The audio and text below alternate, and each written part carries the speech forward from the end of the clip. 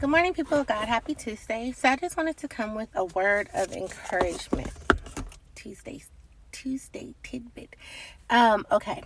So never mind my hair because I haven't done it. But here we go. So in my study time, what I've been studying for the last couple of weeks is just really reading the book of Proverbs. And for the sake of what I'm going to talk about today, I strongly encourage you guys all to read Proverbs 1 through 4 in your alone time, specifically for what I'm going to talk about today. Um, just a really quick sidebar. As you are growing and you're trying to build your relationship with the Most High, I know, actually, I'm about to sidebar and segue into this. I know oftentimes people tell us to like study the Bible, study your word. And it is, we need to study our word. It's the way that we spend time with God. It's the way that we seek his wisdom, how we get understanding, how we understand what's going on for the times that we're living in. It's how you're going to get insight into your parenting, into handling relationships, into you being in your career path, into you raising your children. The word of God is going to give you insight into every area of your life. However, I know for me, as I was beginning to start my course, I guess for a lack of better words, of developing my relationship with God. For me, my encounter with God was totally different. Not only was I raised in a church, my father is a minister. I mean, everybody in my family is either like in ministry or teaching. So I've always had a knowledge of God. I've always had that foundation that was laid in me.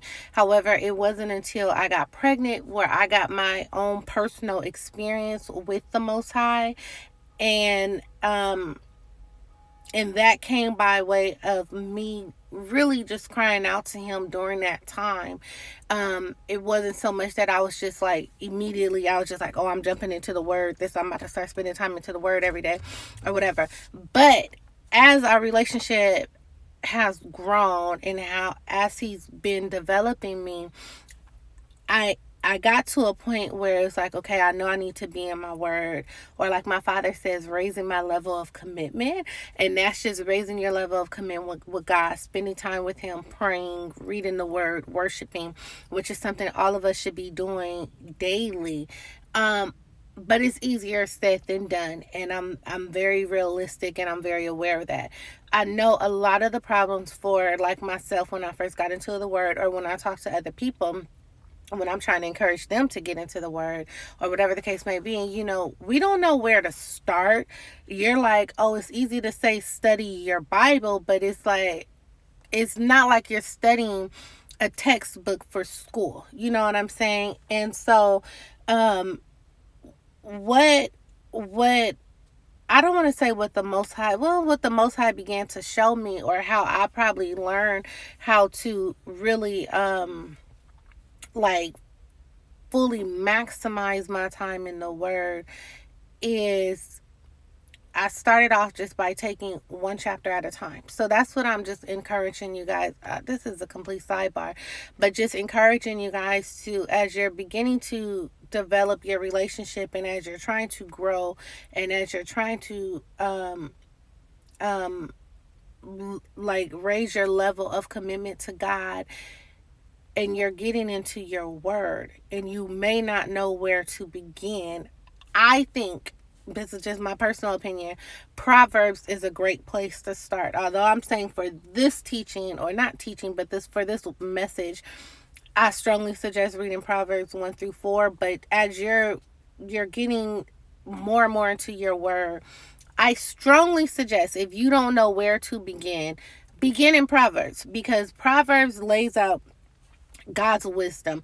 It shows us how wisdom responds, I guess. How wisdom provides correction and instruction to us. How wisdom responds when we don't respond to wisdom. It really breaks down the wisdom of God. And as you grow older, and when I say older, I mean in the spirit. As you mature in the spirit, um you do gain more and more wisdom. But if you're looking for, I don't want to say basic, but a basic instruction or basic look and insight into the wisdom of God, Proverbs is a very great place to start with that. So like I said, that was a complete sidebar, but what I just wanted to highlight today for Tuesday tidbit. So what I wanted to highlight today is seeking wisdom. So I started writing my blog post, right? And the blog post, I started off by talking about how Solomon was so well known for his wisdom. Whether you're a believer or non-believer, majority of us have heard about Solomon and Solomon's wisdom. He was the most wise man that ever walked this earth. That shows us that his wisdom itself has its own legacy. Solomon did all of what Solomon did. And although most of us have heard about Solomon, we may not know the ins and out of his character, what all he did, and his impact on the world at his time, but we know he was wise. So his wisdom had its own legacy in itself. And I think that speaks volumes. And it's like, all Solomon did was ask for the wisdom. And when you read Proverbs tells us the same thing. Like, if you want wisdom, all we have to do is seek it. All we have to do is ask God for his wisdom. In Proverbs 1, the word is telling us that wisdom actually goes about seeking people, reaching out to people. Wisdom is trying to pour out. Wisdom itself is the spirit. So pour out the spirit, on us, so we're able to navigate and maneuver in the ins and outs of our lives. Like I said, whether that's your career pathing, whether it's raising your children, whether it's your finances, whether it's your ministry, we need the wisdom of God to navigate us correctly, because otherwise really we're making our own decisions. And while making your own decisions is not always a bad thing, because sometimes, God is just looking for us to move and to do something, and then he'll instruct us along the way. My sister actually did a very good video about that, how, sometimes we're going to God and we're just asking God, what should I be doing? And God is saying, just move. Just, start doing something. What have I placed on your heart? What is on your heart for you to do? Start going in that way. And as you go that way, I will course correct you. And so you could check her video out. She doesn't really make YouTube videos, but she is on Facebook under Jasmine Alkire. It's a really quick video where she just kind of speaks on that. It was more of a prophetic word because she operates in the prophetic. So she heard directly, from God. And this was something that he was saying just in this time, in this hour, that he is just wanting people to make moves. Move on those things that he has already placed on your heart. And as you begin to move forward, he will then begin to course correct you and show you the way to go. So I said all of that to say that making your own decisions is not always a bad thing. However, as a believer, and as you're saying that, Father, I'm going to align with you, and I want to align with your will, plan, and purpose for my life, you have to align with the wisdom of God. You should be asking God, pour out your wisdom on me, pour out your spirit on me. And I know sometimes, or if you're anything like me, sometimes I'll just be driving in the car and I'll be like, oh God, and I'll throw a quick real prayer up there. Like, it's like, oh God, I want your wisdom. You know what I'm saying? And it's like, sometimes he hears us, and then he's like, okay, for most of us, and I say this as, let me give you this disclaimer, because God did not just like say this is what it is. But for most of us, wisdom is going to come by way of instruction. You know what I'm saying? So it's like you're going to be presented with an opportunity or something in your life. I'm going to talk about finances because, this is where I still lack the wisdom of God. And he's probably giving it to me, but I still just be doing my own thing. And it's not a good thing. It has landed me in some very unsavory situations. Okay, so you're like, say you come into a large sum of money, right? And of course you have your idea of what you want to do with it, you know what I'm saying? But sometimes it's like, okay, seek the wisdom of God so you get an understanding of what would be the wisest thing for me to do with this. Or maybe it's you're at what is it, like a fork in the road with your career, right? And it's like, okay, you need to seek God for the wisdom of which way should I go, how should I handle this. It could be the same thing with just dealing with a person that's in your life, or maybe a person that comes into your life. Maybe it's the relationship with your child. You need wisdom, and God is saying that when we're asking, or I don't want to say he's saying that, I know in my personal experiences, you're asking for wisdom, you're going to be presented with opportunities to apply the wisdom of God. And the wisdom of God is his instruction. It's like when you're speaking to your mother, right? And this is just an example. You're speaking to your mom. Oftentimes, our mothers have a lot to say about a lot of things, right? I know for me, my mother does. She has a lot to say about a lot of stuff.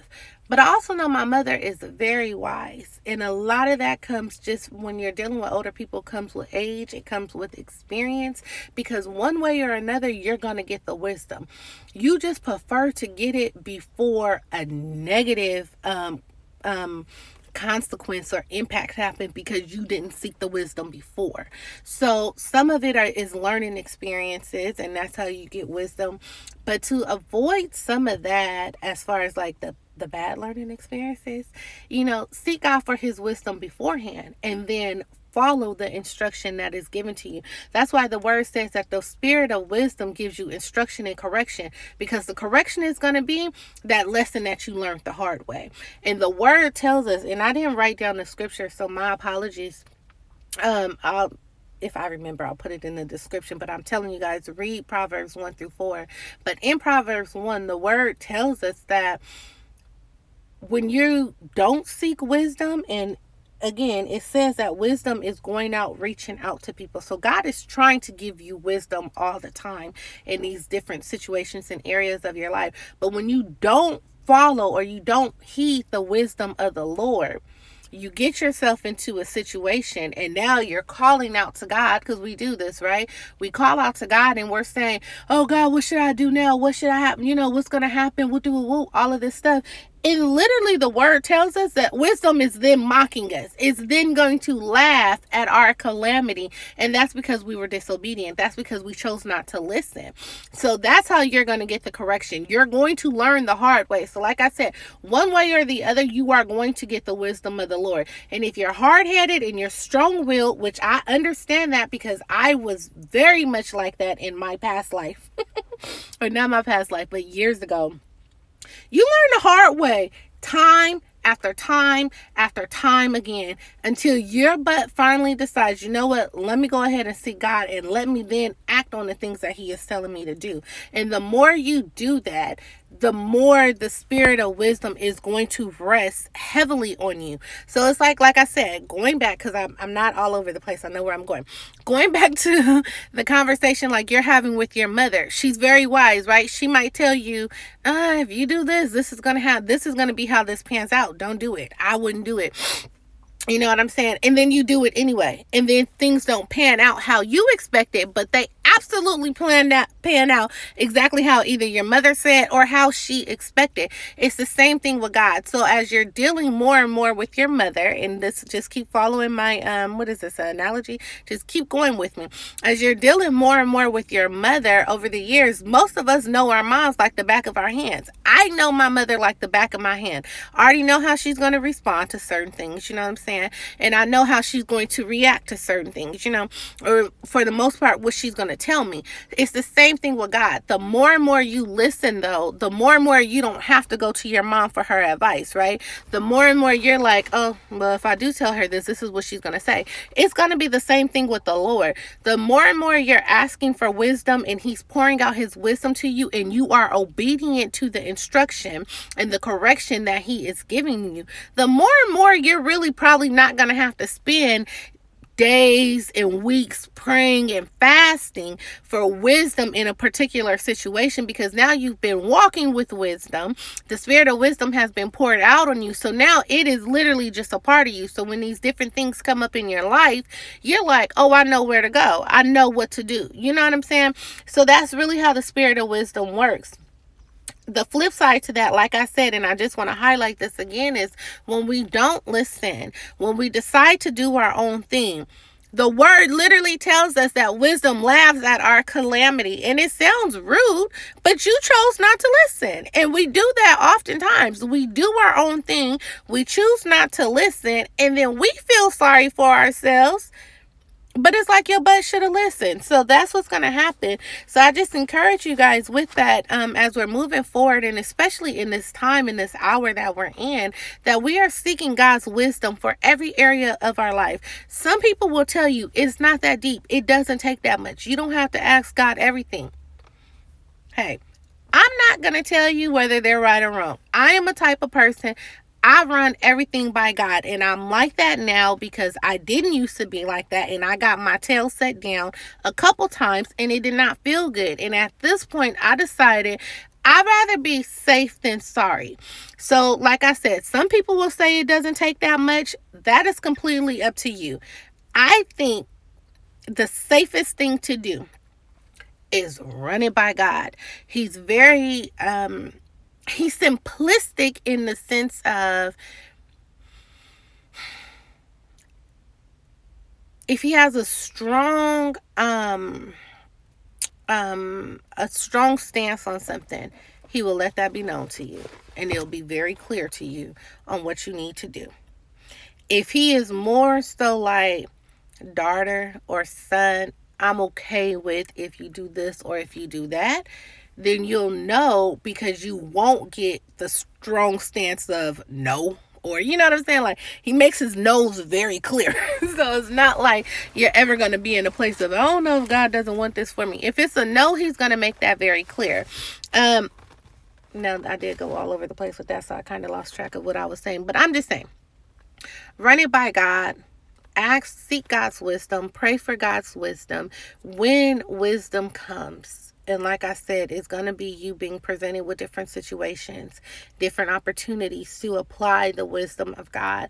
And that goes back to, like I say all the time, you must be paying attention to what's going on in your life at all times, because every situation that happens in your life, the opportunities that come up in your life, it is a way for you to apply what God has either been doing, what God has been speaking to you about, whether he's, molding you in certain areas, whether he's trying to get certain things up out of you. Like I wrote in my book, for me, one of the main things that sticks out to me, because I used to have like a terrible, terrible temper. And so what happened was, when he started working on me in that area, because I was praying about that, because I didn't like, I didn't like how I was like that. Like, I was very reactive to a lot of things, and I'm still not all the way delivered from it, but I'm a lot better. But what happens is, you get presented with situations and opportunities to make a different decision. I was tried all the time. So it's like, either you're going to continue being the person that you're saying that you don't want to be, and that I've been working with you on, or you're going to do something different. You know what I'm saying? It's going to be the same thing when wisdom comes up. As you're praying for wisdom, you're either going to apply the wisdom, the instruction, and the correction, or you're going to do your own thing and then let wisdom laugh at your calamity. I mean, it may not always be a calamity, but I'm just saying, it's not funny. But when I read that, I was like, oh, wow, like, this gets deep. And I know it's because, I say this all the time. We have this misconceived notion of who God is, because we just want to think that God is all love and a genie, and he is love. He is totally love, but in his love, he actually corrects you, and he'll let your tail be set down. He'll let your tail get spanked or whatever. So when I read that, I was like, ooh, God don't be playing, right? So I'm just saying, seek wisdom in every avenue of your life, in every area of your life. pray for wisdom. Ask God when these different situations are coming up or when you're dealing with your children. Oh, quick sidebar too. I want to say this. Start praying for wisdom for your children now. As their mother and as their father, um, you are their you're their overseer, right? They're God's children, but God has trusted you enough to raise them, and He is expecting you to raise them in the admonition of the Lord, right? So you have this authority over them, not just our natural authority that this is my child and woo woo, but the spiritual authority over them as well. So you can go to the Father and petition wisdom for your children. My child is 5 years old. I pray for wisdom for him every day. I pray for wisdom, actually a double portion of wisdom, and I pray for a double portion of discernment. And I ask for God to let him walk in that every day. And I truly believe that as he grows older, of course he's 5, you know what I'm saying? So he's going to be a child. And as he goes on through life and through adolescence, he's still going to be a child. But it is my belief that he will be a wise child, because I believe that God is going to grant um my petitions, me praying for him and asking the Father not just to cover my son, but let him walk in wisdom all the days of his life. So, whatever. So that was just my sidebar. I think, you guys should begin praying for those things for your children, so they're not coming our age or older, because I'm 33, trying to seek the wisdom of the Lord. And there's nothing wrong with that, but I just pray just so some things, they're not going to escape because they're still their own person, and they got to make their own decisions and live their own life experiences and stuff like that. But I just want my child to be wiser than I was, So I just say pray for that. I'm just going to wrap this up again. Please, please, please, in your own time, go ahead and read Proverbs 1-4. There's a lot of good insight just about the spirit of wisdom and how wisdom operates in our lives. And then the flip side again about how or what can come from when we're not obedient or listening to the wisdom of the Lord. So that is just today's Tuesday tidbit. And I hope you guys are blessed and have a blessed day. Bye.